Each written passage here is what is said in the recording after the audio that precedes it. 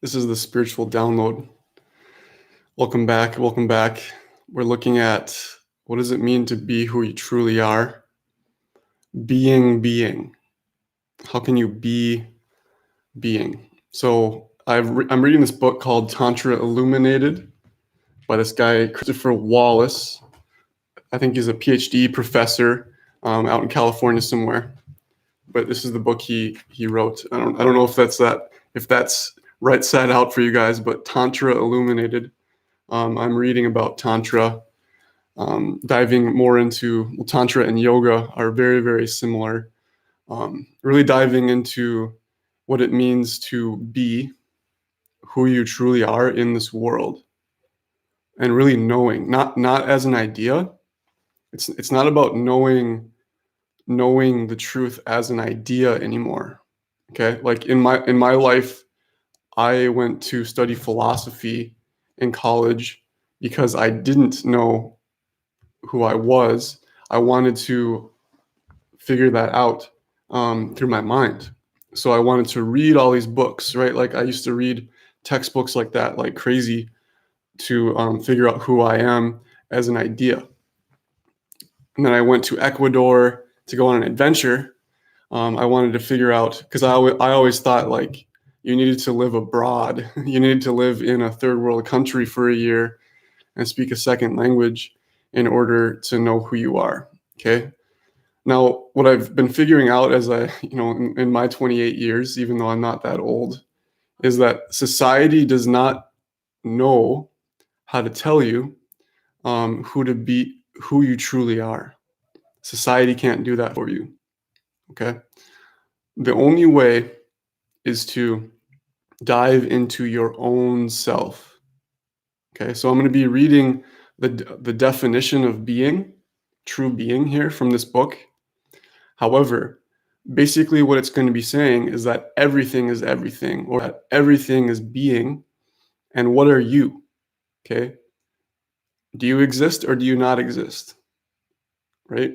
You obviously exist. It's self-evident that you exist, right? You can just look at your hand. You can look at yourself in the mirror. Okay. Even though you don't know exactly who you are, you don't know the answer, right? Because you have to know that you're not a cell phone. Okay. But the idea is that you do exist. We know that for certain because that's self-evident. Okay. But we just don't know what yet. But that's okay. We don't know what we are yet, but that's okay. So I'm going to be reading from this definition of what being is. But now as I read this, I want you as the listener to really feel and dive into every single word, and really be honest with how it makes you feel. Okay. So I'm saying hi to people who are on the live here. Okay. Like, what does it make you feel for me to say hello to you? Okay. How does that make you feel? How does it make you feel to stretch? How does that make you feel? Okay. So with this definition, I'm going to be reading it really slowly, and I'm going to read it twice, and then we're going to break it down. Okay. Again, this is not armchair philosophy. Okay. So when I was a philosophy major, people would talk down about philosophy, that it's not practical. Okay. But then I was always thinking, well, philosophy teaches you how to be yourself and how to die properly, right? Like, in our society, we don't talk about dying and dying well. Okay, people in our society are afraid of death.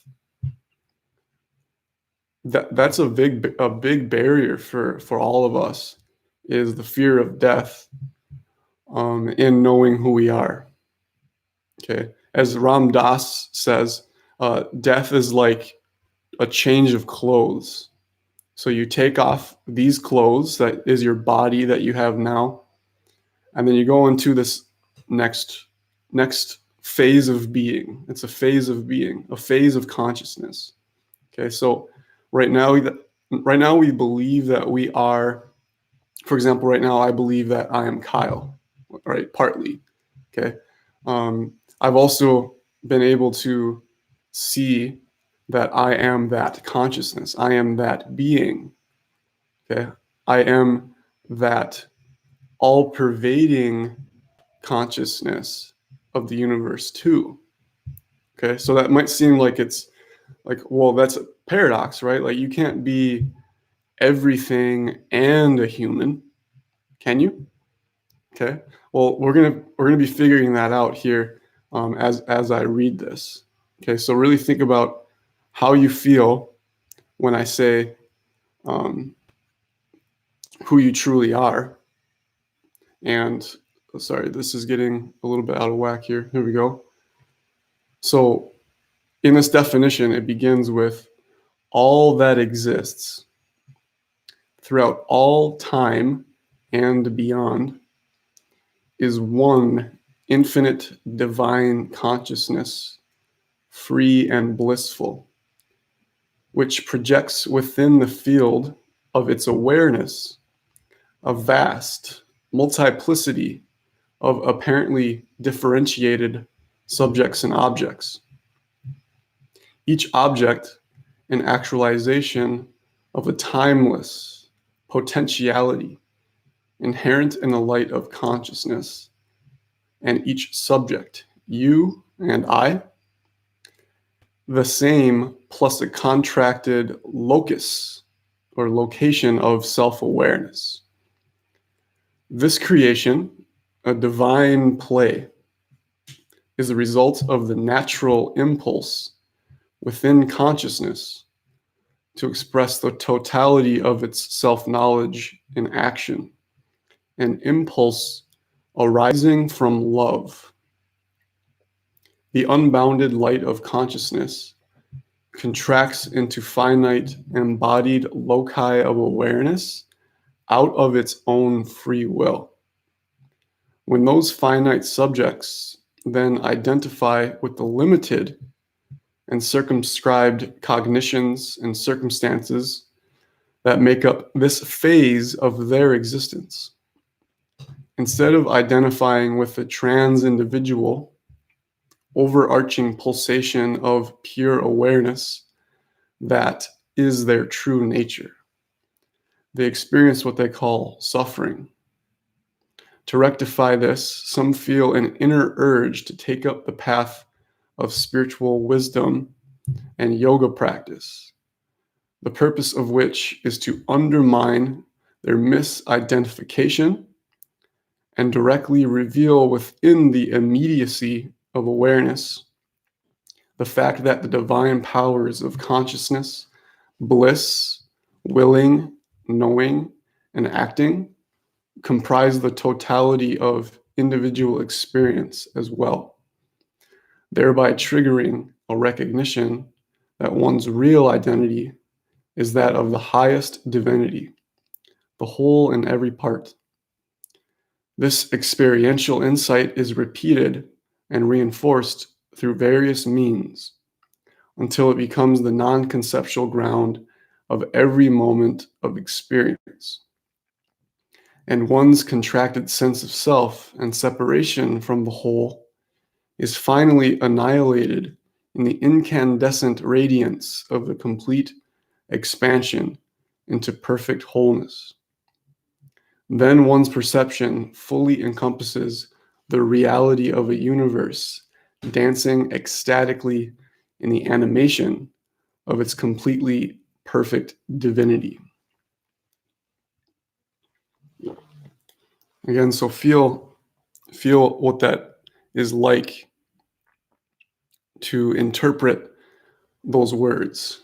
Okay, so again, really important to note here is that the words are not the reality of your experience. Okay, like in Zen, Zen claims itself to be the pointer to the moon. So the moon represents suchness or thatness or this. Okay, this reality. The moon is reality. Okay, but any teaching, the truest teachings, aren't themselves in and of themselves a teaching, The idea is to point to reality. Okay, so Zen says that it's a good teaching because it's not really corrupted by human interpretation and human bias, but it is the pointer to the moon. So it's not claiming to be the moon, okay, because the moon can't be a teaching. The moon has always been reality and will always be reality. Okay, so we don't have to, I don't want to use the moon metaphor anymore. So we're just going to go back to reality. It always is, always has been, and always will be. So it really does not matter how we interpret it. It's actually more accurate to not have any sort of interpretation of this stuff. It's much more accurate just to be. So that's why I titled this as Being Being. And also notice that being is a verb, so it's an action. So we are ourselves by performing or dancing. Okay. So I'm going to read this one more time, and then we're going to kind of wrestle with each of these sentences and dive a little bit more deeply into this. So all that exists throughout all time and beyond is one infinite divine consciousness, free and blissful, which projects within the field of its awareness a vast multiplicity of apparently differentiated subjects and objects, each object an actualization of a timeless potentiality inherent in the light of consciousness. And each subject, you and I, the same plus a contracted locus of self-awareness, this creation, a divine play, is the result of the natural impulse within consciousness to express the totality of its self-knowledge in action, an impulse arising from love. The unbounded light of consciousness contracts into finite embodied loci of awareness out of its own free will. When those finite subjects then identify with the limited and circumscribed cognitions and circumstances that make up this phase of their existence, instead of identifying with the trans-individual, overarching pulsation of pure awareness that is their true nature, they experience what they call suffering. To rectify this, some feel an inner urge to take up the path of spiritual wisdom and yoga practice, the purpose of which is to undermine their misidentification and directly reveal within the immediacy of awareness the fact that the divine powers of consciousness, bliss, willing, knowing, and acting comprise the totality of individual experience as well, thereby triggering a recognition that one's real identity is that of the highest divinity, the whole in every part. This experiential insight is repeated and reinforced through various means until it becomes the non-conceptual ground of every moment of experience. And one's contracted sense of self and separation from the whole is finally annihilated in the incandescent radiance of the complete expansion into perfect wholeness.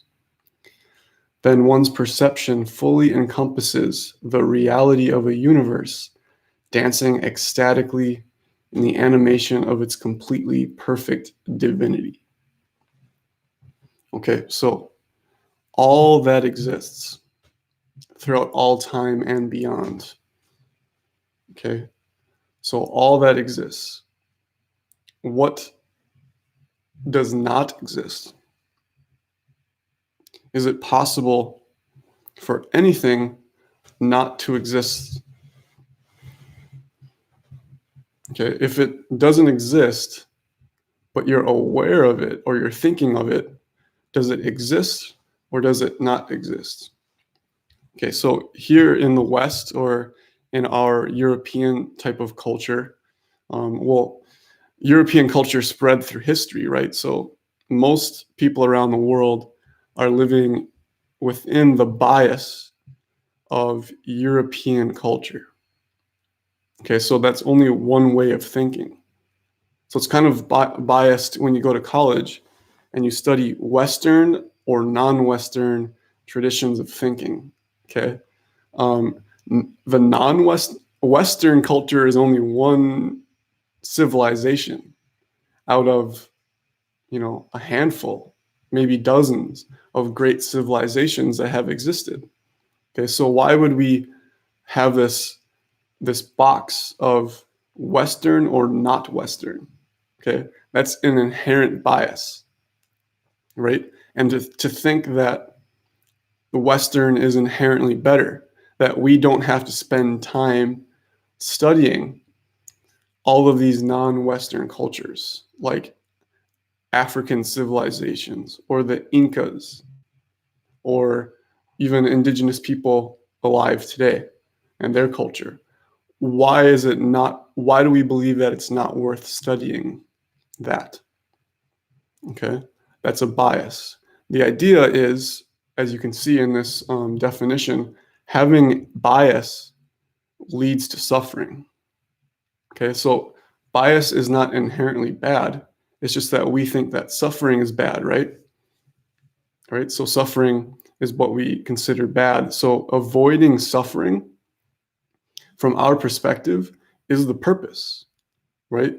We away from suffering and towards happiness and truth. Okay, so if bias is in our way, then we need to go around that.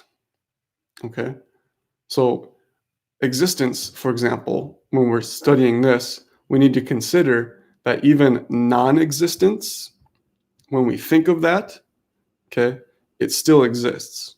Okay, so in Western culture, what I was going to say was, when we think of an elephant, okay, we want the physical manifestation of it. We tend to think that the physical realm is not just the best realm, but maybe the only one. However, when we go through our day or our lifetime, we realize that there are things or there are types of consciousness that aren't physical. And there's things that can't be explained by just physical laws, especially the physical laws that we learn in school. Okay.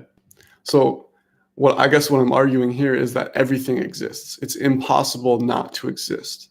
Okay, so like the void or nothingness is a way of existence. So that's called unmanifested existence. So it just means that in this definition, it talks about potentiality. So it's sitting there as like a soup of consciousness, or it's really hard to explain, but it's basically nothingness that has this great desire to go out into or transmute itself into becoming something in particular. Okay, so it goes from nothingness to something. Okay, so that's kind of the process, and we talk about that in physics as well. So throughout all time and beyond. So it's saying that all of time, but also out of time. Okay, so in time and timelessness. Okay, so I want you to think about whether right now is time or is right now timelessness. Okay, so if we think about this, is it possible for time and timelessness to be? Okay, well, in the first line, it says that all that exists, and I made the argument that everything exists. So that would mean that time and timelessness both exist. Okay, and it says is one infinite divine consciousness. Okay, so one, first of all, oneness. Everything is everything, meaning there is no separation or barrier between anything else. So it's all a part of this suchness or this. So oneness is this existence. So when we think of, like when I said that you can be something in particular, that means separation, right? Like I am Kyle, I am not a cell phone. Okay. But all of that, what is the nature of everything is that it exists. It's the nature. So existence, when you go down and strip things down to their essence means existence. So in the essence of everything, the essence is one. Okay, so that's the first part. Now, infinite. Infinite means there are no boundaries. So this oneness, when you feel it, has no boundaries. Now, the only boundaries are when you are a particular thing. So like Kyle or cell phone that has a boundary, right? However, when in spirituality we say, can you feel can you feel or get in touch with your infinity, your infinite consciousness? Okay, so if you kind of close your eyes and take a deep breath here,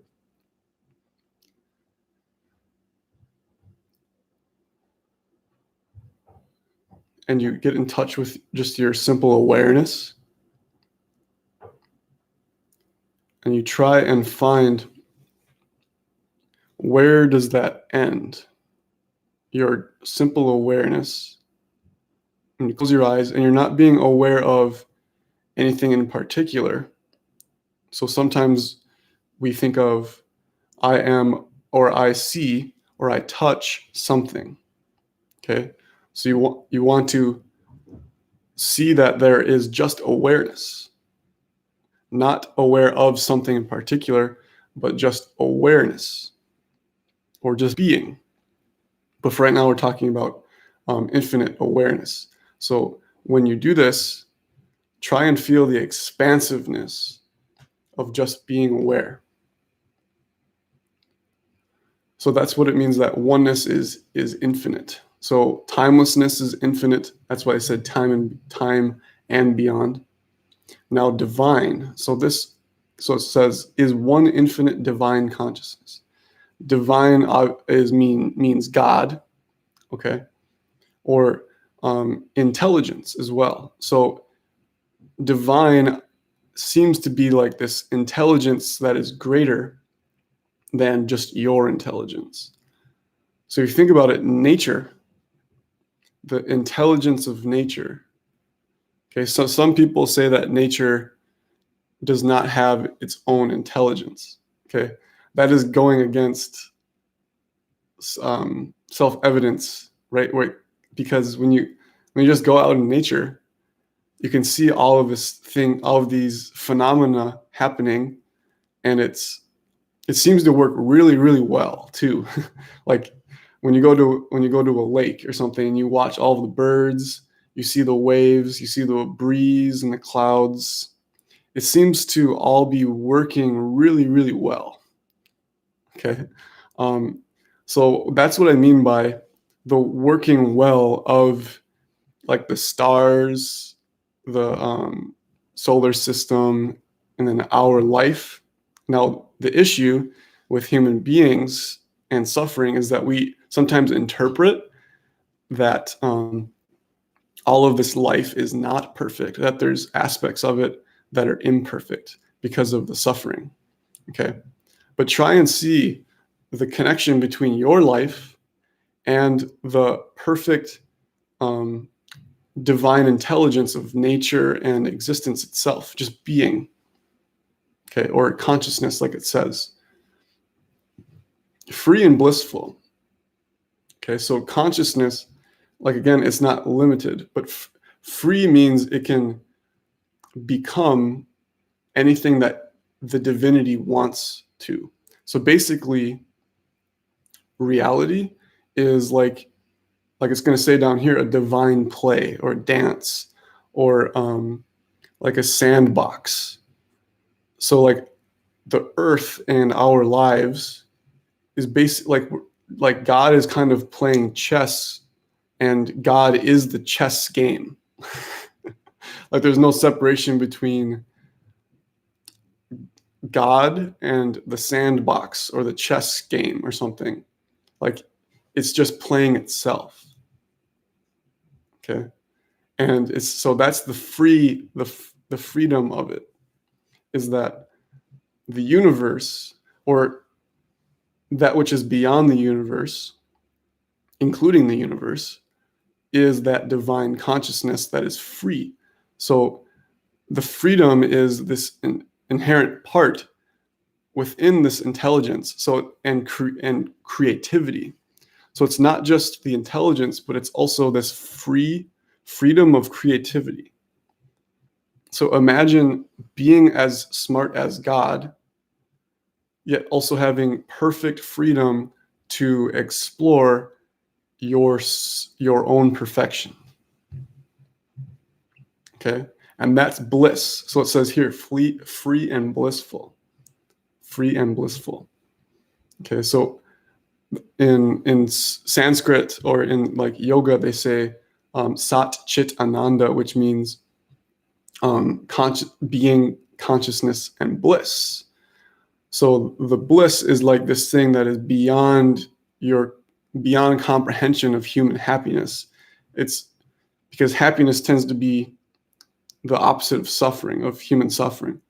But going beyond that yin yang of happy and suffering, and then we transcend it and go into like this Sat Chit Ananda, or just the being and the consciousness of the universe. It's inherently blissful, and it has inherent love in it too, which we'll talk about down below. Okay, projects within the field of its awareness a vast multiplicity of apparently differentiated subjects and objects.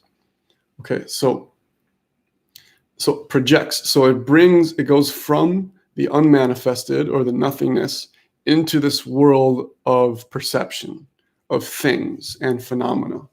Okay, that's the world that we humans live in here, is the idea that we are living with each other as separate things within the field of its awareness. So awareness is a field. So what I mean by this is, if you imagine like a soccer field, right?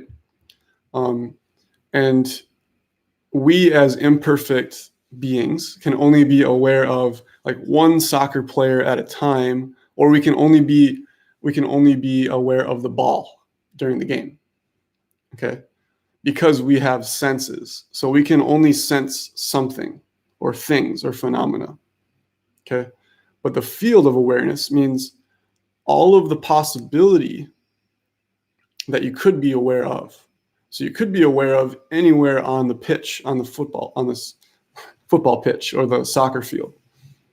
So the idea is the field is the complete possibility of being aware of the particulars. So if you add all of that up, you have the entire field. Okay, so the field is even beyond what we tend to think of as awareness. That's why some people, some spiritual teachers might say that awareness and consciousness are two different things, because you are aware of something, but consciousness is that entire field that is even beyond the universe, the physical universe, because it encompasses all of the potentiality of being aware. So that's what it means by field of awareness. And a vast multiplicity. Okay, so we've talked about vastness. Now multiplicity means diversity. So in one of my videos, I've been talking about diversity. So it's not just that all of these things are separate. It's that it seems like everything needs, in order for this exploration of God into itself, God wants to become everything. So that means all possibilities, right? The infinite amount of options that you could possibly be. You could be a human, you could be a dog, you could be a plant, you could be a solar system, you could be a physical universe, you could be a universe that's only based off of, one dimension, or there's 7 dimensions, 11 dimensions, or what type of infinity, right? Are we talking about the integers? Like, because there's an infinite amount of types of infinity. So that's what I mean by multiplicity. So specifically within this universe, right, we have like human beings and animals, and within human beings, we all have our separate selves, our personalities. Okay, so that's what we mean by multiplicity of apparently differentiated subjects and objects. Okay, so apparently, in spirituality, the proper term is Maya. Okay, Maya means illusion or dance or magic. But what it means is that Maya is this dance of reality that we perceive of all of these separate multiple things. But the word apparently means that that's not what those things are in essence, in essentially is not the Maya. It is essentially, the divine, the one infinite divine consciousness is what everything essentially is. Okay. So apparently differentiated. So apparently different, okay, of subjects and objects, meaning perceivers like us, and then those things that are being perceived, like cups, okay, or I am drinking water, right? So the water is the object. I am luckily the subject I am the drinker. Each object and actualization. Okay, so each object. So an object could be a subject or an object. Okay, I don't know if he meant that on purpose, but subjects and objects, now we can kind of put that in one category as separate things, meaning each. So each separate object is an actualization, meaning being brought into this manifested world, this world of things.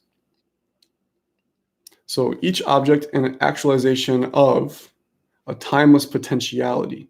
So I said this earlier, right? So potentiality is the nothingness that isn't nothing. It's a nothingness that is not the concept of nothing. Okay. So like I said, it's impossible not to exist. It's impossible to be nothing, because being is existence. Okay. So that's why nothingness is more accurate. It's more accurate to say pure potentiality, meaning that it's kind of sitting at the bottom of the ocean, just waiting to become something. Okay. Potentiality. Inherent, meaning by nature, in the light of consciousness. Okay.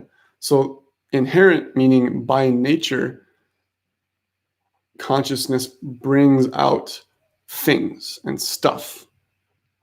Okay. Now, in the light of consciousness. So consciousness is, one level. Well, how do I say this?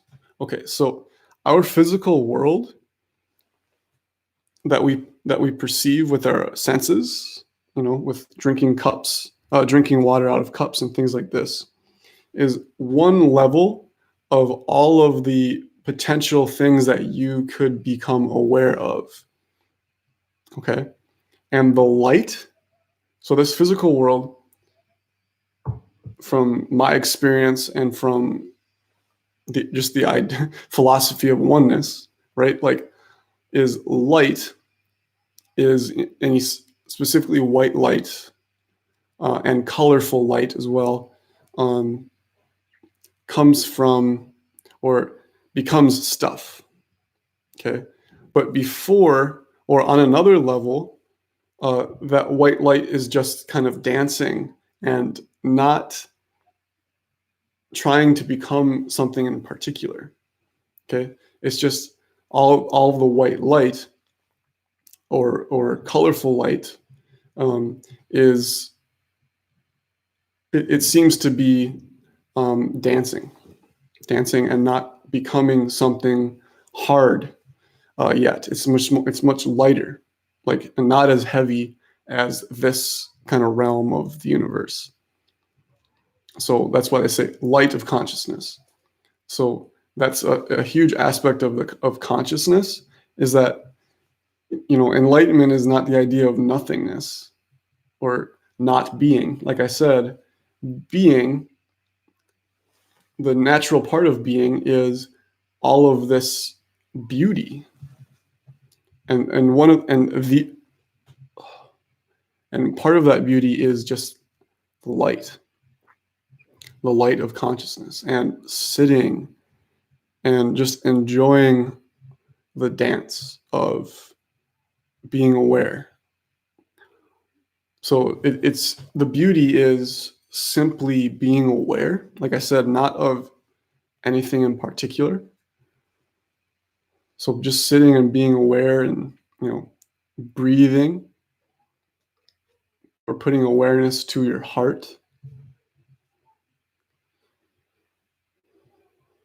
or putting awareness to your body, or putting awareness to your environment.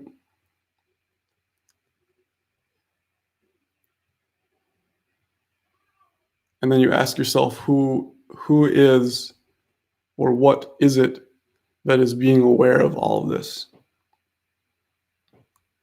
So you notice that you can be aware of your thoughts. You can be aware of your mind, which is the totality of your thoughts, or that which is the vehicle for your thoughts. Or your body, you're aware of all parts of your body. So what is it that is aware of all those parts of your body? So you say, I am my body, it seems. But then you see that you can be aware of, which means that it seems like there's a separation, subject and object. I perceive my body. Who is the I that perceives the body? Who is the I that perceives all of the things that I see? Okay, so that's what I mean, just the beauty of awareness. And it says, each subject, you and I, the same. Okay, so this is one side of the coin, is we are all one. And it's much easier to see this now during kind of the COVID-19 process or event, is when one person gets this new sickness that people don't know about and can be easily spread, and now all of a sudden it spreads to this city across the world, and we're like, oh, that's way across the world. That has nothing to do with me. Well, I'm sorry to say, but that comment is very biased and kind of arrogant, right? Because you're assuming that someone across the world is not as important as you.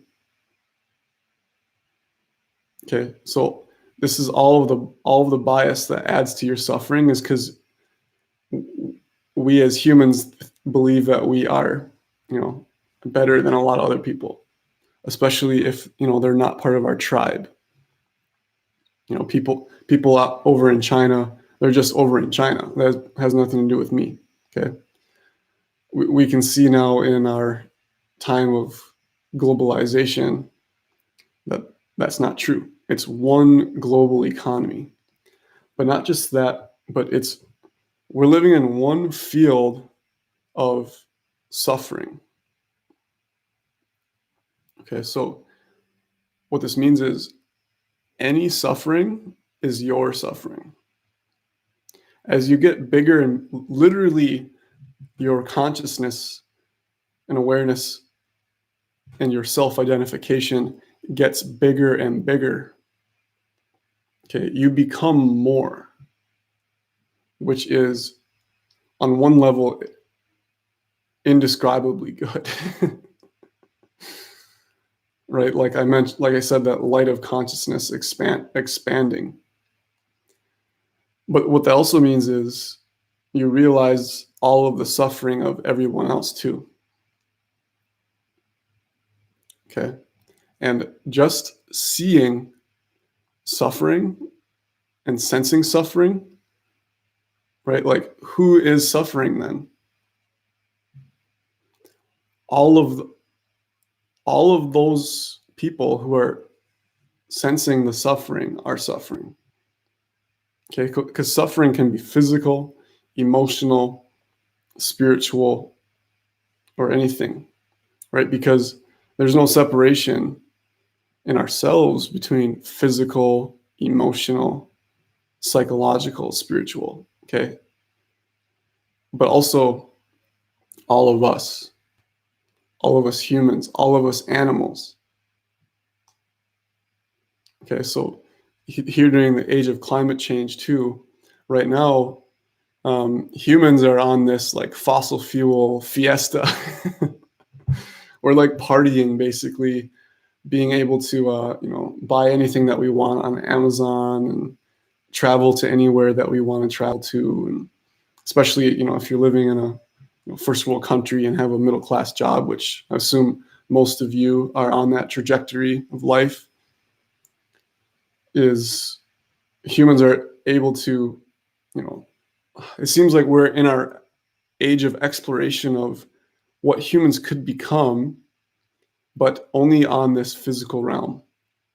So we haven't, ascended or into this idea of what could we become in our awareness, just our spirituality or consciousness. But it seems like we're not there yet. We're still on this very materialistic realm of reality and trying to use the earth for our, at the expense of earth, we're using the resources of earth to explore our, conquest of it, and explore how far can we conquer earth? How far can we conquer earth? Because, from some perspectives, it seems like earth is in the way of our happiness. Like it's too windy, it's too buggy. Um, all of the pests are eating our crops. So then we become hungry. So this is what we mean by, throughout human history, it was our goal as humans, it seems, to overcome nature and defeat it. And so now what you see, you can easily see this as when you're in an airplane and you see all of the agriculture, and it's like in these perfect squares and circles, crop circles and crop squares, right? So like the whole landscape is being produced or like exploited by humans. Okay, but what we're looking for is just the pure appreciation of the fact that we are all one: humans, animals, plants, planets, stars, universes. Okay, and now this is really, really hard to describe using words and logic. Okay, but one thing that I like to express and have noticed is the universe is your heart. Okay, so I really, I was thinking on my jog today, how do I explain rationally how the universe is my heart or your heart and your heart? But really, it's just a relaxing into it, a relaxing into your heart, or it's a return to the heart. Um, and it's the expansion of your awareness. So it's the living in your heart is the key, but also the expansion of being aware. like it says here, is not limit. It's not limited. It's unlimited. So if you are your heart essentially, and everything is one, and everything is infinite, right? Your heart is that infinity of the universe. So like it goes beyond the universe, right? That's what your heart is. And you can really feel it when you live, or you're just being in your heart. Okay. And it's not about trying to put awareness in your heart either. Okay. It's very simple, being who you are already and always have been. That's what your heart is. So we are all the same. Plus, okay, so here's the paradox, a contracted locus of self-awareness. So we are separate on one level. I don't know, I can't read your mind and you can't read mine. You don't really know what it's like to be Kyle, and I don't really know what it's like to be Heather, right? So that's what I mean by what it means by locus of self-awareness, but not just your personality, like literally more like your mind. So your mind is here and not there. So we have to remember that in our normal everyday experience, we live in here and there. So what I mean is, what is your here? My here is, for me, here, but for me, your here is over there. Okay, so what I mean is essentially there's a here and a there. And that's really easy to explain to people because that's how we normally function. Okay, but what this means is, so reading this again, each subject, you and I are the same, but also we're a contracted locus of self-awareness. So think of a hand. Okay, so we have one hand and 5 fingers. Okay, what is a hand? Does it include the 5 fingers, or does it not include the 5 fingers? Okay, so what if I tell you that you are one particular finger, like you're the thumb? Okay, the most important finger. Like me, I would probably want to be the thumb, the most important one. But if you look at it, your thumb is your hand, but also someone else, the pointer finger, is the hand. And whoever's the unlucky one to be the middle finger is also the hand. Okay, so that analogy really is a good way of explaining how we are both a particular finger, but also the hand, or we are a particular wave, and there are other waves. But essentially, like, you can't point at me, wave, without pointing at the ocean too. Okay, so that's kind of a trick of saying, like, yes, when you point at me, Kyle, you're pointing at that which created the universe, the divine, infinite divine consciousness of God, free and blissful, because that's what I am. But yes, plus, like it says here, plus I am just Kyle. Okay. Now, next. This creation, a divine play, which I've talked about. Creation. I want to talk about creativity more, though. Creativity is the essence of God, or the essence of the universe, or existence, is creating itself out of this potentiality. So that's why we need this field of potentiality, because that's the one aspect that we need for anything to become anything. So if I wanted to become a brand new thing, I would need to jump back into potentiality, which I was, before I was born and probably after I die, right? My soul and my spirit probably will go back to this potentiality and kind of get brewed up in order to become something else. So, and that's, the creativity itself is creating that.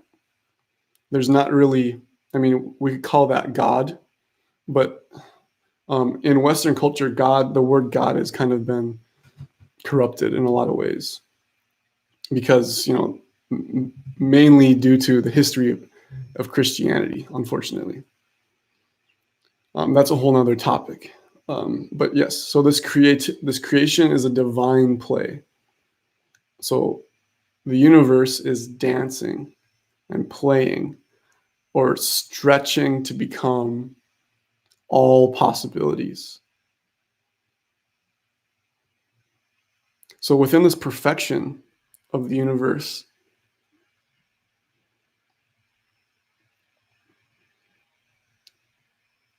the universe wants to know what it is to be a perfect everything. So by doing that, you have to literally become everything. And to do that, right, you would have to become, or you'd have to put yourself in a mask that you aren't God too, right? So if God wanted to become everything, God also wants to know what it's like not to be God, to go down to the lowest level of existence where you believe that you're not God.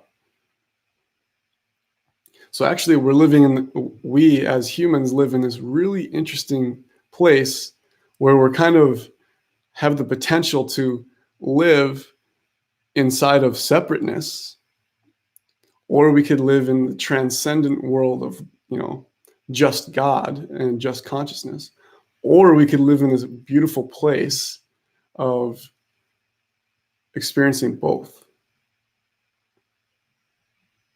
And, I've heard people say that angels are jealous of human beings because we know, like Drake says, started from the bottom, now we're here, right? So that's that feeling of starting from nothing, or starting from the bottom of, and you experience all of the suffering because you're like, obviously I'm not God, I'm not enlightened, I'm not Jesus, I'm just this regular person going to my 9-to-5 job, and life is hard. Life is hard, especially because society tells me I'm not beautiful and I'm not a soul and I'm not enough. Okay, so in our society, the basis of our society is we tell each other that we're not enough. Your job tells you that you're not doing enough. It's all based on doing. You're not doing enough. Become better. You need to see yourself in the future as a better self. Okay. That's what our society tells us. But what this is saying is you are in an amazing place, an absolutely incredible opportunity to start from the bottom of suffering. Think about the time in life where you suffered the most. For me, it was probably in high school when, I had a pretty deep existential depression in high school, and I could never sleep because of it. And I would always go to school just so tired and not wanting to go because I thought school was pointless because I thought I was not learning anything. And I was mad at society that like society doesn't understand me because, I thought I was following the path of truth. Like I was reading Martin Luther King Jr. at this time. I was wanting to go explore nature. I was wanting to travel the world, and I was blaming society and the people in my life for not being focused on that stuff, which threw me into a depression because I felt like I had no control over who I could become. But then going from that difficult depression to realizing all of a sudden you open your eyes. Well, it's not really an all of a sudden, it's kind of a process where you realize, man, I was lied to. The society taught me certain things that I need for just mere survival, and like respecting other people, which is super important too.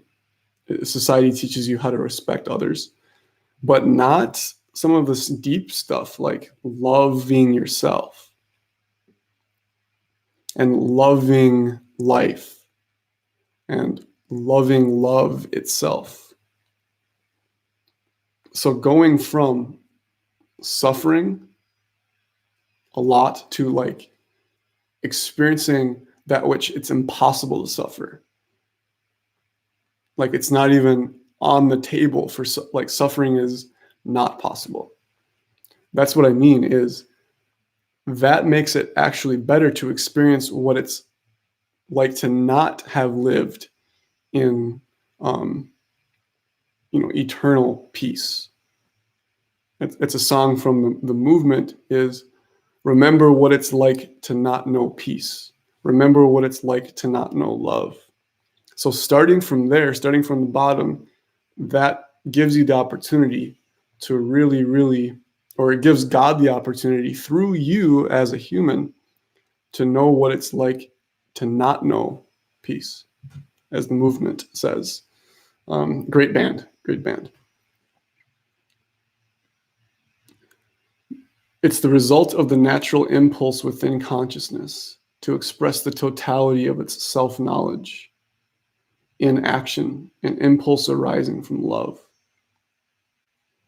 So a divine play is the result of the natural impulse within consciousness to express.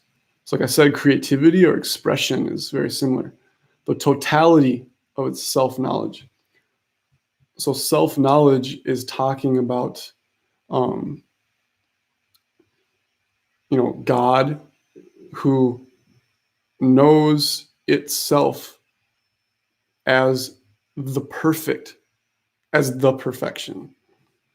And that the perfection, in order to become perfect, needs to stretch out and become all of the Maya, all of the action. Okay, so that's why it says totality of self-knowledge in action, which is an impulse arising from love. Okay, so COVID-19 and love, what is the connection here? So yes, there's death, there's sickness, there is poverty due to this COVID-19. But think about what would have happened if COVID-19 had never have happened. We would have continued to treat the earth and treat, poor people and treat, the forgotten brothers and sisters of the human race. We would have continued to ignore them, continued to ignore animals and plants. And that can't continue happening. We can't continue ignoring the suffering of ourselves, right? Jesus said, when you, I'm paraphrasing basically. I don't know much about that. I didn't grow up Christian, so I don't know so much about the Bible. But Jesus basically said, "What you do unto the least of you guys, you do to me." Okay, so because Jesus woke up to the fact that he is Christ and that Christ is consciousness. Christ is that light of consciousness that I was talking about. That's Christ. And then Christ is literally the cross. It sits there in your third eye in your heart. And it sits there in the middle of the universe as a potentiality and a rock of what can be. You know, all of this colorful light and white light that could be manifested or simply dances. That is Christ consciousness. So Jesus noticed that all of these incredible human beings that are forgotten, by the elite who are also suffering because they don't know who they are either. They haven't had the privilege of having a tough time in life where they realize, am I more than just this sickness? Am I more than this depression? Am I more than this poverty?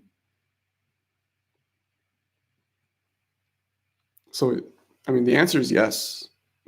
That's the advantage of growing up in kind of in a semi-difficult background, is you realize that you could be more, that you are more. It feels like you're more, right? Because our nature is love. So when you're not feeling loved, you're literally out of bounds. We're all identifying each other as not love. But that's what we are, is that love. So love can seem tough, or love can seem difficult because life seems difficult, right? But life, the rock of life, or the foundation of life, is love. The foundation of all that is God's love, or the universe's love, right? So things that we even perceive as bad or gross or unhealthy serve a purpose. And you don't have to know what the purpose is. You just have to trust that it's serving a purpose.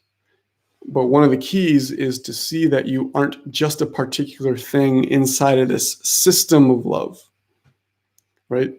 If you believe that you're just one frog in this ecosystem, right? The one frog could get killed or eaten by whatever eats frogs. I don't know what eats frogs. But that frog could get eaten. But what happens to that frog, right? It turns into food for something else. And that energy becomes, a new animal, or the animal that the predator. So the predator eating the frog, right? That might look like it's violent. Like I've been watching Our Planet on Netflix, which is an incredible show. Our Planet. But I saw in the coolest scene is in the grassland, the deserts and grasslands episode, where these five cheetahs, they hunt down this gazelle that's bigger than them. But through the teamwork of the five cheetahs, they're able to hunt and kill and eat that gazelle. Or I don't know. I don't think it's a gazelle. It's something else. There's some sort of big bass. I don't know if you can hear that, but the idea is that became the food. So yes, it looked very violent, right? Like the cheetahs were eating at the neck of that animal, the gazelle, and you just feel the pain of, like, you can't even imagine the pain of getting eaten to death by 5 cheetahs. I can't imagine that. But what ends up happening, right? Like, it's all a circle, like, I mean, that kind of just reminds me of the Lion King, where, life is a circle, the circle of life, that energy is recycled. Life becomes life. Life cannot really end, or, like, if life eats life, it doesn't end the life that it's eaten. It's just that it's all recycled. Okay, souls are the same thing, but that's another topic. So that's what love really is this whole system, this ecosystem of how, the light of consciousness is recycled. And it's not even recycled from thing to thing, because ultimately, you're not a particular thing. It's much more like the clouds, that, like, if one particular cloud, dissipates into just the gaseous state, and then, merges with other clouds, is that cloud sad that it's no longer the cloud, right? No, it's just like all of the water molecules are just being shifted, and then we can perceive ourselves as one particular cloud for a while, but then it opens up into just cloudness. Everything is really just cloudness and not any particular cloud. The unbounded light of consciousness contracts into finite embodied loci of awareness out of its own free will. Unbounded, limitless light of consciousness contracts into finite embodied loci. So it goes from the unboundedness state into the embodied state of self-awareness of subjects, so of, like, people and animals that are aware of themselves. Loci of awareness out of its own free will. Okay, so meaning the free will, ultimately, the freedom is only freedom itself. So the ultimate freedom of consciousness or God is really ultimately what only has the free will, or the choice to become something, or to do something. Human beings are much more like the vehicles through which God is creating this freedom and creating this world.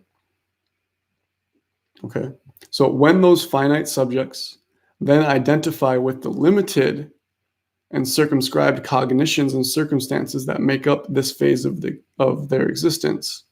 Okay, so finite subjects, meaning you and me, who are human beings that are going to die, we believe that we are only the human being or the personality that will end, right? So that's why it produces so much suffering, because we think that, we're just ourselves for a while, and that then everything will just end. And we identify with that limitedness and circumscribed cognitions, meaning, like, thought patterns. So basically what you are is thought patterns that are self-referencing back to your own mind. So the mind is self-referencing through thoughts back to itself. So that's why the mind, or the ego, is trying to convince you, consciousness, that you are the mind, rather than that limited, or that unlimited vastness of consciousness that make up this phase of their existence. So again, phase of existence, meaning this level of physical reality where there's separate things. So you're doing that, and that we are doing that instead of identifying with the trans individualness. So we could begin to identify more with our trans individual. So you think of, like, if reincarnation was true, and you're going from body to body, who is it that's going body to body? So you can't be, so for me, for example, I'm my soul, and I am not essentially Kyle, nor my past lives, nor my future lives. So really, you and I are trans individuals. So we could begin to identify with that. That's why some gurus, they come up with a different name. Like, Ram Dass was, I can't remember his name before, but he was just a professor at Harvard. And then, traveled to India and found out that he was Ram Dass. And he was not a professor at Harvard, nor the status or anything like that you could get from that. He was Ram Dass, the trans individual overarching pulsation of pure awareness. So overarching, meaning that, it just overcomes, that suffering that is included in being manifested here on planet Earth as a human. So the pulsation, meaning that it gets brought into from that potentiality to really becoming a human that believes that you are the human. So the pulsation of pure awareness, that is their true nature. So your true nature is pure awareness. So when you don't see that your nature is pure awareness, they say that's why you experience suffering. That's why we experience suffering, is when we identify mostly with our little self and not our true identity, our true nature. So to rectify this, to go beyond this, some people, I don't know, is this going to be you? Is this you? Some people feel an inner calling or urge to take up the path of spiritual wisdom and yoga practice. Okay, so taking up the path. My argument is it a choice? Is it a decision that you're making when you decide that you want to take up spirituality or philosophy or yoga? Or is it that you are being pulled by God and you have very little to say about it?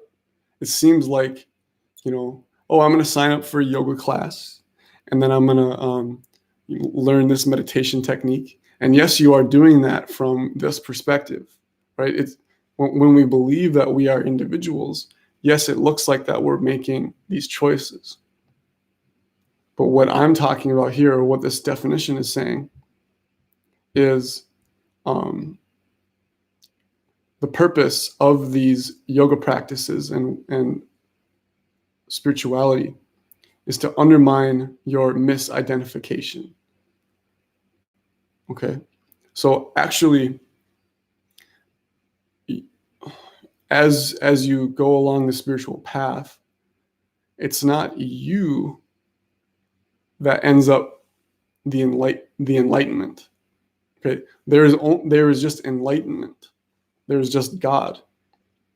Okay, this thing, this character, this personality, this body becomes a little bit better. Like you become happier, become healthier, and things like this. But basically, you just lose your identification more and more with just being yourself. So that's the misidentification, is that, we tend to believe that we're the ones making the choice, rather than that spiritual practice is actually that God is pulling you, or basically God is pulling itself back to itself. That's really what's happening. So it's kind of a waste of time to think of it as I am doing my spiritual practice. We can think of it more as God is pulling itself back to itself.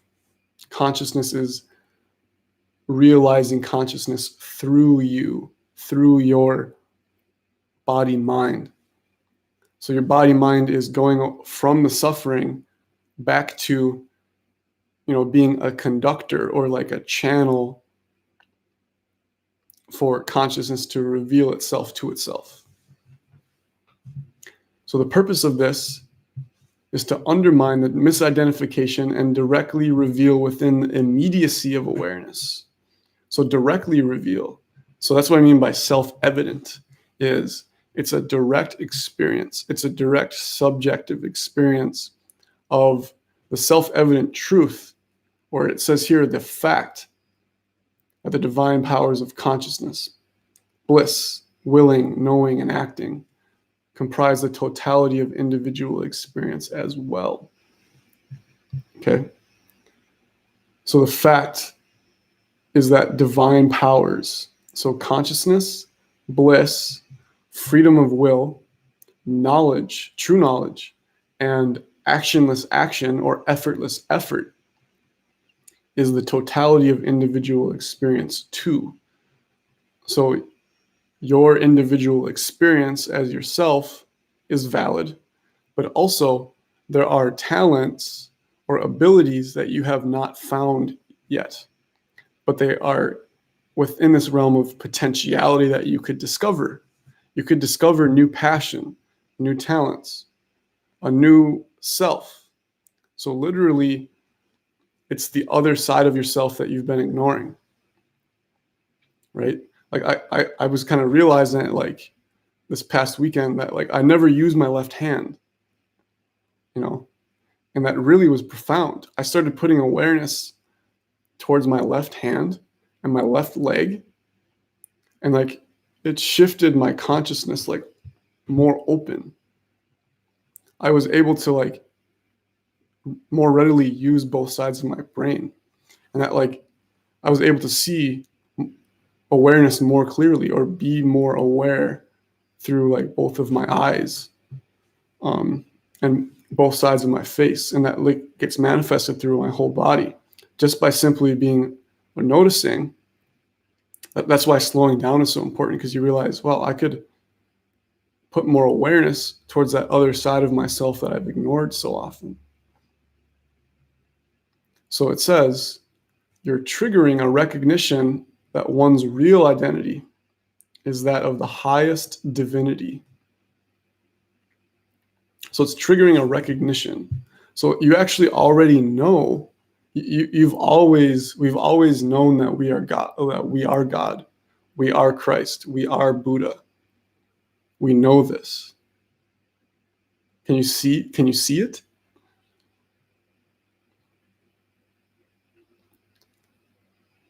As we're continuing to be in our minds, we're not going to see that. But your real identity is that of the highest divinity, the whole in every part. So every part is the whole, or every part is the whole too, as well. So the nature of being a part of something is that you're also the entire system. And the entire system can't be a system without the parts. Okay, so that's why there's such a inextricable sameness between the whole or the system and all of the parts, right? So the car is the parts of the car. So this experiential insight, so not the philosophy idea, right? This is what I get stuck on, is like, I think I know, what absolute love is because I've studied it, or because I read about it, or because I heard about it. Okay. But when you know with a capital K, that is the experiential, experiencing in your own awareness, that your awareness is the awareness, is the whole. And this is repeated and reinforced through various means. So this process needs to continue happening. So experiencing love, experiencing truth, experiencing being, that those experiences begin to happen more and more, and then they become so frequent that that's what you become. Okay, so like if you're going to become a teacher, right? Like you need to study teaching, you need to observe teaching, you need to practice teaching, and then as you continue, 10 years down the line, now you are a good teacher. That's like you just are. You can wake up tired, but you can still go to work and be an effective teacher because of all of that experience that you've gained. So that all of the past events, these past insights, they become so frequent that you become that. So repeated, reinforced through various means until it becomes the non-conceptual ground of every moment. So non-conceptual, so it's not an idea, but it's the ground. It's the thing that has never left. When you fall asleep, it never leaves. When you're dreaming, it never leaves. When you're busy, it never leaves. When you're meditating, it never leaves. When you die, it never leaves. Before you were born, it was there. It's there when you're in a conversation with someone and you get lost in a conversation. It's there even when you're on I don't advise this, but even when you're like drunk or high or something, it's still there. But some of these things help you realize the there-ness or the this-ness, and other things do keep you on that trap of selfhood and personality and suffering. So the idea is not to get addicted to anything. Completely getting rid of all addictions until eventually you lose the addiction to spiritual experiences. Because when you're addicted to the spiritual experiences, you're still not seeing the fact, what it says here. I can't see it right now, but the fact that you are that one infinite divine consciousness, free and blissful.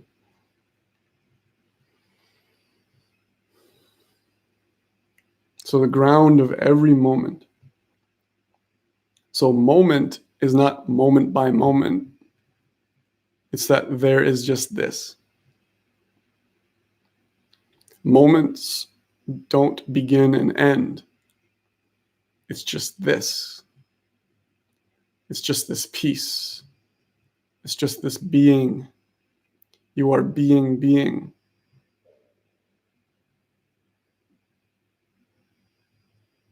And one's contracted sense of self and separation from the whole is finally annihilated. So that you're going to, I think as we continue to open up to this wholeness of consciousness, there's still, because everything exists, your self exists, your little self exists. But you're the vehicle that consciousness is waking back up to itself through you. So that's why your goal as a self is just to continue getting a little bit better and seeing that how can I serve this consciousness? How can I serve other people? How can I open my heart? How can I be more connected to connection? How can I be more connected to love? It's finally annihilated. And the incandescent radiance. So I looked up the definition of the word radiance the other day, and it basically means the source of light that is just always constantly emitting light. So the sun, if you think of the sun, right, it's just like such an infinite ball of beautiful warmth and light, and it's radiating, or it's not taking, it's just giving. Okay, so that's the same as consciousness is like the sun. It's giving away being and existence, or essentially consciousness and existence is the same thing. But what I mean is like you being something. So you being a particular thing, is consciousness being like the sun and radiating stuff.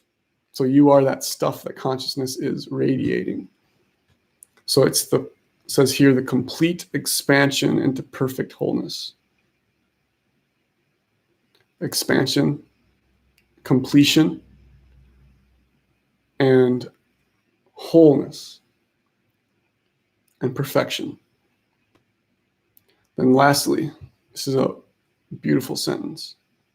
Then finally, one's perception fully encompasses the reality of a universe dancing ecstatically in the animation of its completely perfect divinity. So that is what you are. Fully encompass the reality of a universe dancing ecstatically in the animation of its completely perfect divinity.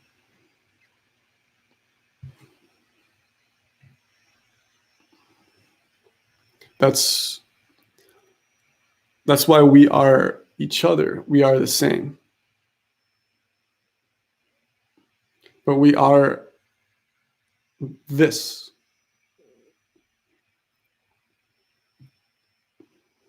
So taking a breath, calming down, relaxing into this peace.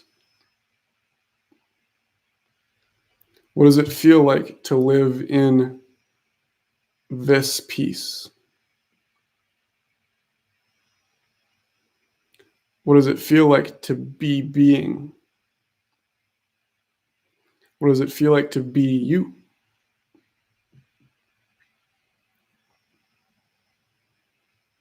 What does it feel like to connect with everything else that you are aware of? What does it feel like, as Ram Dass says, what does it feel like to love everything you are aware of? You're aware of yourself too.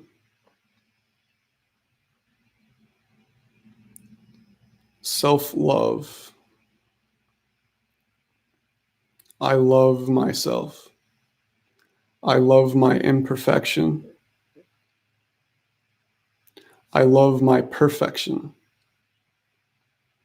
I love my oneness. I love my separation. I love my suffering and my pain. I love learning from that suffering. I love overcoming suffering. I love boredom. I love excitement. I love blackness. I love whiteness. I love nothingness and everythingness. I love my thoughts. I love not thinking. I love enlightenment. I love not being enlightened. I love not being spiritual. I love not feeling spiritual. I love not feeling enough, until also I love learning that I am enough. I am more than enough. I love knowing that it's impossible for me not to be enough, because I've always been fullness and wholeness.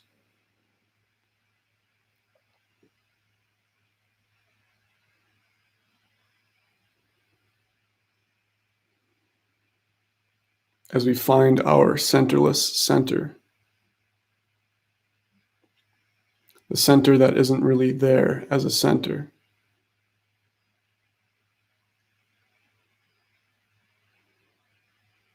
as we feel our vastness,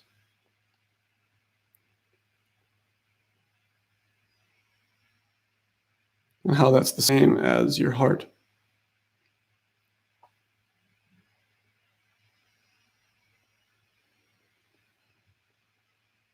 Taking another deep breath, loving the inhale and loving the exhale.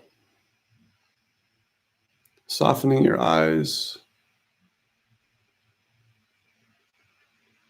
I love my senses. I love vision. I love hearing, tasting, eating.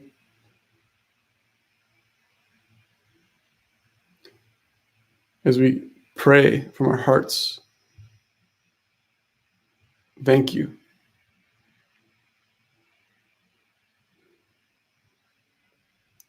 Just thank you.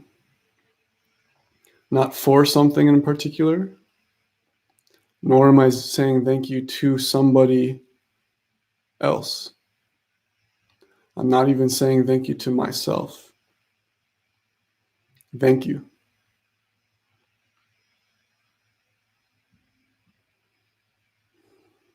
Thank you for existence. Thank you for life. Thank you for being. Also, I want to thank all of you for being yourselves. I literally couldn't be myself without you.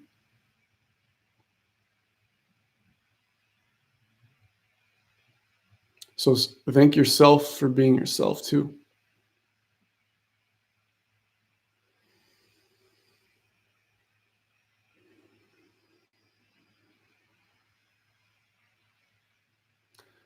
So peace and love.